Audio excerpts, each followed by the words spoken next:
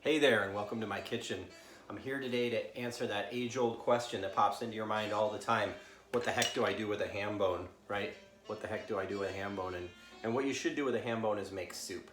And so today, I'm gonna make some bean and ham soup in honor of Christiana's grandmother. That's Christiana's grandma, Marge. She passed away right before our wedding in 2014.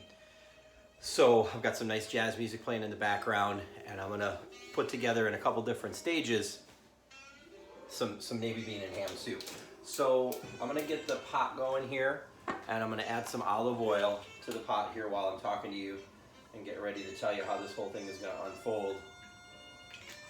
And then I'm gonna show you some of the ingredients I'm gonna use. We're gonna start with a really nice helping of mirepoix vegetables here. Carrot, celery, and onion. What the heck is mirepoix, you say?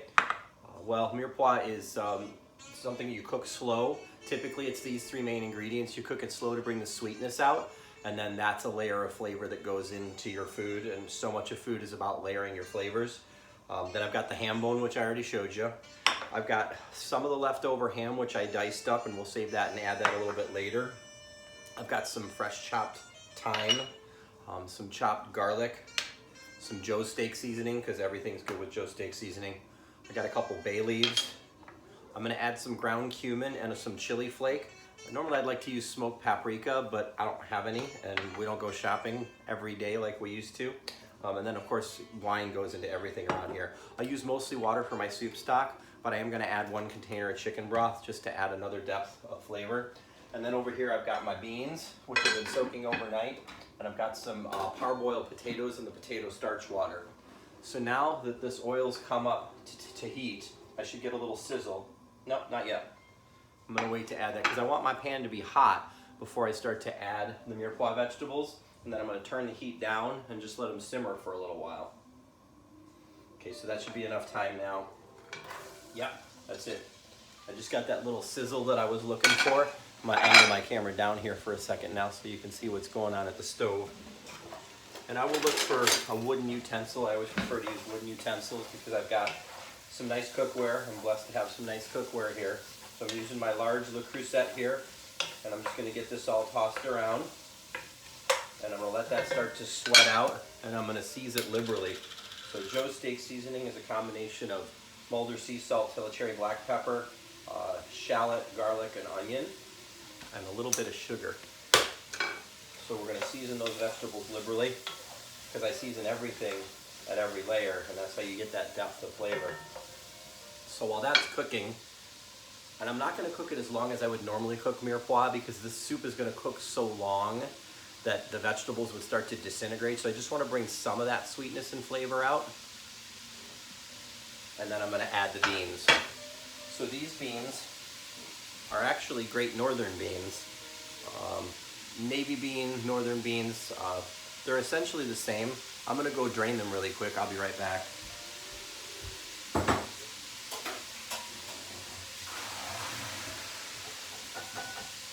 hope you're enjoying the music.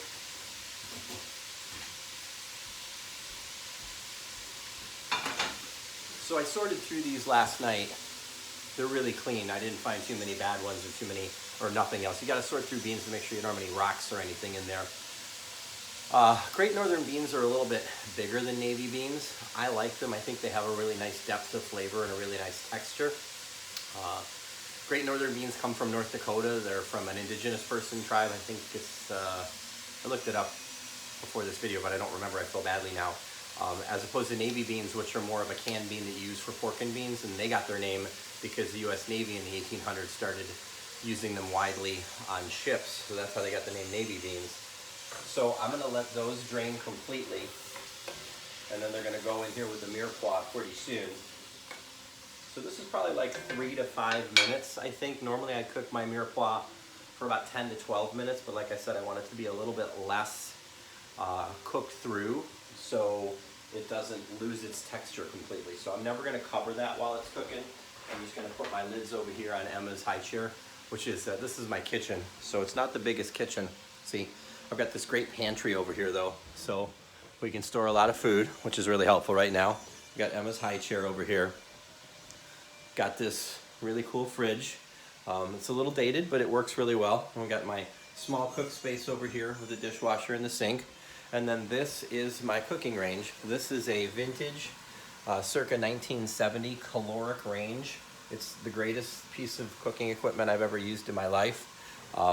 It's super old, and our owners asked if we wanted a new one when they bought the property from our previous owners, and we actually said no. We really love the range. It seldom got used because the guy that lived up in this unit for many years was single, and he never did any cooking. His sister lived downstairs, so our idea was that she did all the cooking and they ate everything downstairs together. So when we had this thing hooked up to the gas and we moved in, the tech from People's Gas said he couldn't believe it was nearly brand new and over 50 years old.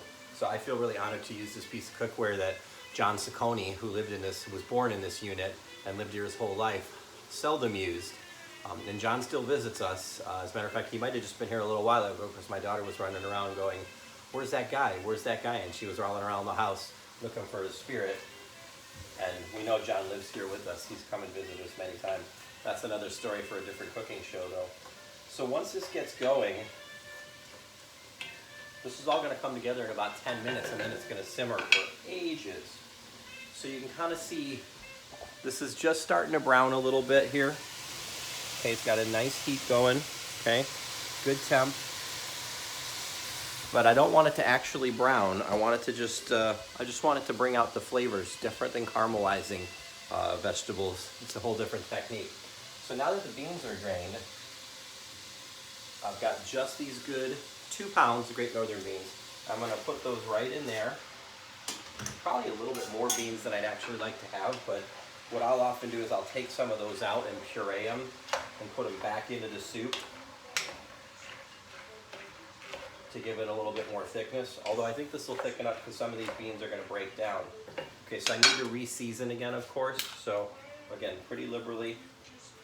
I don't want it to be all pepper, so I'm probably going to bring in a little salt that's not Joe's steak seasoning, and I use sea salt all the time. This is just Trader Joe's. You can use higher quality sea salt, and I have some of them. But for this application, probably don't need much more. I don't want to over salt it because I'm working with a Hambone, which is going to create saltiness also. I can always layer in more seasoning later if I want to.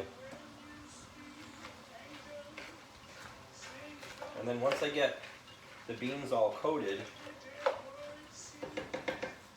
I'm going to give it a hit with some white wine. Just use whatever white wine you got. This happens to be a Chardonnay. I'm not particularly fussy about that, and that's just going to wake up the flavor on the bottom of the pan. And then I'm going to bring in the rest of my my seasoning. There's the garlic. Here's the chopped thyme. I have some ground sage here. Would I love to have some fresh sage? Yes. I just throw a bouquet garni of tied sage leaves in there, but I don't have any, and I can't go grocery shopping like I said.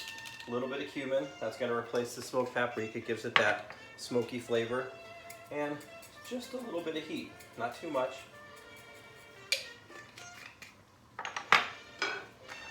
Kind of get that all moved around, especially the garlic. I want to get that distributed.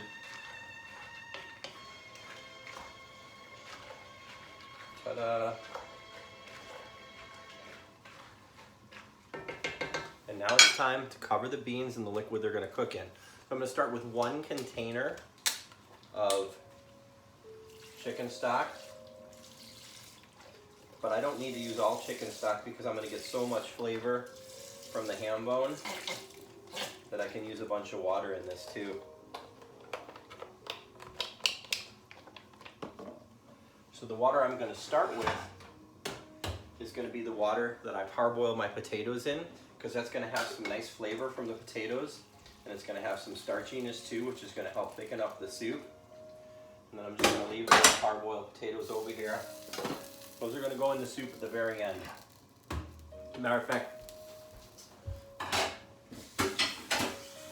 I want them to stop cooking, so I'm actually going to put them in some cold water over there on the other side of the kitchen right now.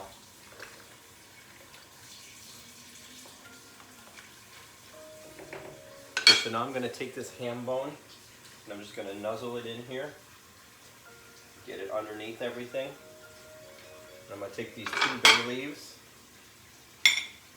beautiful bay leaves. Bay leaves make everything taste better. I use them in so many different foods.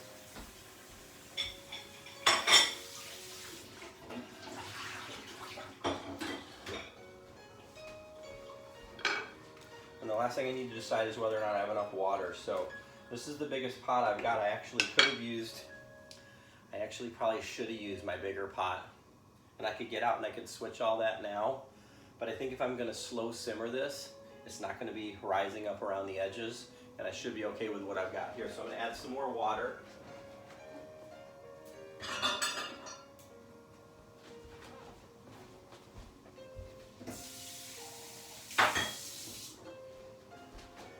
And I did parboil these potatoes in salted water so that the flavor permeated into the potato, just so you know. And then we're just gonna bring that up to temp. So once that comes up to simmer, it's good to go. And then I'll just crack the lid and let it simmer for about 2 hours till those beans are cooked and all those ham flavors are in there. So I'll be back later this afternoon showing you how I finish this soup and put it together and have our first serving. Take care.